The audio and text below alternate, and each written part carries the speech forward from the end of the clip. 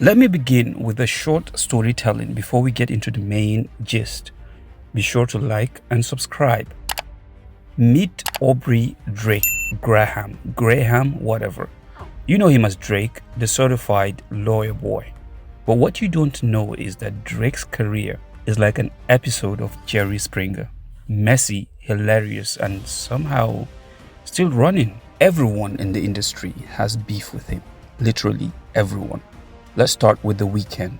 Back in the day, when The Weeknd was just Mr. Abel with a dream, Drake slid into his life like, yo, dude, sign to my label. And The Weeknd was like, nah fam, I'm good. Drake, being the master of petty, said, alright, you can, write me a few songs if that's okay. Abel was too nice to say no. I mean, as of then, he was just an upcoming artist. So Drake hit him with the ultimate audacity. How about you just give me half your album, dude? The Weeknd, blinking in disbelief, said, I guess, Fast forward, The Weeknd becomes a global star, and Drake, well, he started dating The Weeknd's ex, Bella Hadid. Coincidence? I think not. Next up, we have A$AP Rocky. Drake took him on his first tour, and they were like bros. But then he saw A$AP Rocky cozying up to Rihanna, the love of Drake's life. Years later, A$AP Rocky marries Rihanna and has kids with her. Drake's reaction? Well, you thought I was done being petty, huh? Watch this. Drake starts throwing shade left, right, center at A$AP Rocky and Rihanna in songs like, he's a scorned ex. Enter Rick Ross, Rosé. Rosé thought Drake was a little sus because of the whole Meek Mill situation, and the fact that Drake sent a cease and desist letter over a French Montana song.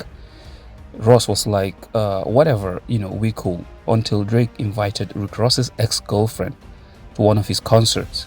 Rosé said, oh, it's now war. Next we have Metro Boomin. Metro Boomin didn't even start with a problem, but Drake, being Drake, created one. Metro Boomin wasn't handing out compliments for Drake's latest album, and Drake was, really mad. Metro was like, bro, your album flopped. That's not my fault. Drake responded by dragging Future into the drama. I mean, because why not? Future was just trying to chill. He was like, Drake, it ain't that deep, bro. Drake was, no, it's now personal. Now let's rewind back to Pusha T. This beef is like one of those Russian nesting dolls of drama. Pusha T was mad at Birdman for not paying Pharrell Williams for a beat. And let's be honest, Birdman doesn't pay anybody, not even Lil Wayne. Naturally, Lil Wayne got mad at Pusha T, and Pusha T was like, as a matter of fact, all y'all suck. YMCMB, you, Birdman, the whole Cash Money crew, all y'all suck. And somehow, Drake decided to make this his business, even though he wasn't invited. And then there's Kendrick Lamar. Kendrick Lamar's Control verse was hip-hop's version of like roasting everyone at a dinner table, kind of like a friendly fire. Some of the people or rappers Kendrick mentioned in the Control verse kind of took it like more like a compliment. Everyone loved it except Drake. Drake, clutching his pearls, said, Kendrick, how could you? I took you on my tour. I thought we were friends, bro. Kendrick, sipping tea, replied, friends? Nah, you are weird, bro. Always have been and always will be. And Drake isn't the kind of person that just lets shit slide. Drake, if you're dating someone that Drake has ever looked at twice, just expect a diss track by morning. Everyone in Drake's own crew isn't safe. Word on the street is that OVO's ghostwriters have been locked in the basement for years, writing hits after hits, while Drake takes all the credit. They probably have a group chat titled Free Us Drake or Drizzle or whatever. So why does anyone still mess with him? Well, it's simple. The man makes hits, he makes bops. But the moment the hits stop, the bubble's gonna burst faster than a cheap champagne bottle. Now, let's rip the band-aid and slide into part 2. Drake, the man, the myth, the meme. Love him or hate him, you can't deny that he's the blueprint for success in the music industry. But let's face it, he also makes it ridiculously easy for people to hate him. So what's the deal with Drake's love me, hate me dynamic? Let's unpack the chaos. First, let's talk about Lil Wayne, Drake's mentor, the man who put him on the map, literally. Without signing Drake to Young Money, there's a solid chance Drake would still be on Degrassi, asking if you want fries with that acting career. But how did Drake repay him? Well, by reportedly sleeping with Wayne's woman while Lil Wayne was in jail. Bro, that's not just crossing a line, that's pole vaulting over it with zero remorse. I think Lil Wayne deserved better, and honestly, this is the type of thing that makes Drake's whole loyal to the crew image crumble. And that's the irony. Drake loves to market himself as a ride or die for his people. But time and time again, stories surface that paint a very different picture. Feuds with Kendrick Lamar and Metro Boomin? Check. Throwing shade at Pusha T and Kanye West? Double check. Drake just has a way of burning bridges faster than he can build them. Is it strategic or is it just ego? Either way, it's not helping his case.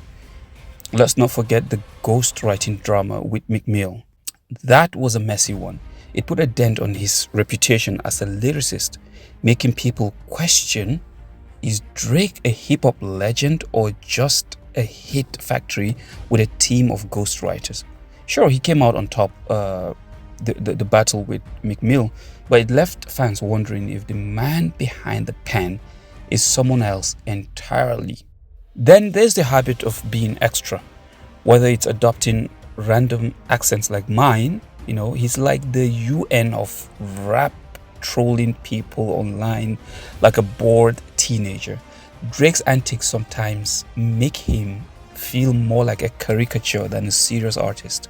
And don't get me started on the Drake curse. Sport teams probably see him coming and think, nah, we good, bro, we good. Drake's biggest issue might be the gap between his image and his actions. I mean, he raps about loyalty on Heartbreak, but his reported disloyalty to people like Lil Wayne who put him on top, and his messy industry relationships tell a whole different story. It's like he's the guy who shows up at the barbecue with the cheapest beer, but still eats all the ribs. Psychologically speaking, Drake's actions could stem from insecurity. After all, I mean, he didn't start out as a rapper. He was an actor in a teen drama, which probably made him feel like an outsider in the world of hip hop. So, does he overcompensate with drama and theatrics to prove himself? Is it the fear of being seen as a soft rapper which leads him to stir up conflict and be extra in his actions?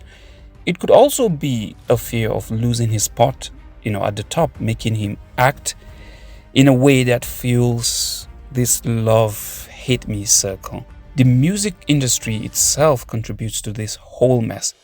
Drake's rise to fame came at a time when social media was just booming, giving his every move a spotlight, good and bad. In the past, artists could have, have their dirt swept under the rug, but now it's all out in the open. And with platforms like Twitter, Instagram, TikTok, you name it, every misstep becomes a meme, a trending topic, or a viral clip. The pressure of maintaining that perfect image while constantly being scrutinized is a recipe for contradictions.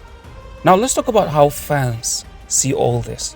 Some see Drake as a genius who knows exactly how to make waves and keep himself relevant. He's made hits, he's made history, and done all while playing the villain. But others, well, they're exhausted. They see the contradictions and the inconsistencies. Is he loyal? Is he the loyal friend he raps about, or just a guy using everyone to climb higher? People ask these questions.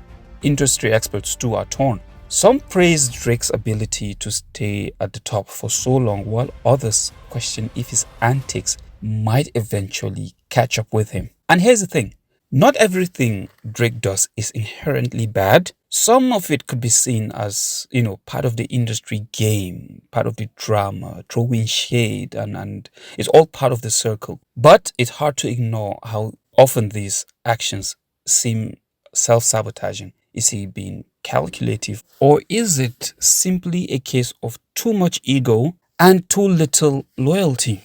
It's all up for debate. And maybe that's the part that makes Drake so divisive. He's not just a rapper, he's a walking contradiction. On top of all of this, let's talk about Drake's infamous social climbing. You can't help but notice his tendency to latch on to some of the biggest names in the industry: Rihanna, Serena Williams, Jennifer Lopez, and yet his relationships with all of them have been, well, let's just say, complicated.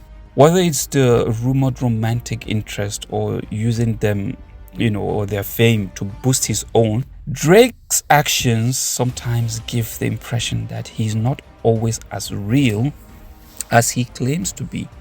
Recently, things even got messier when Drake sued his own record label, UMG, claiming they inflated streams to make Kendrick Lamar diss track Not Like Us look more successful. He accused them of using bots to artificially inflate the numbers, stirring up even more drama. And just when you thought it couldn't get wilder, he also filed a defamation lawsuit against Kendrick Lamar, accusing him of trying to tarnish his own reputation. Talk about playing dirty, calling, what's that famous saying, calling a kettle black, right?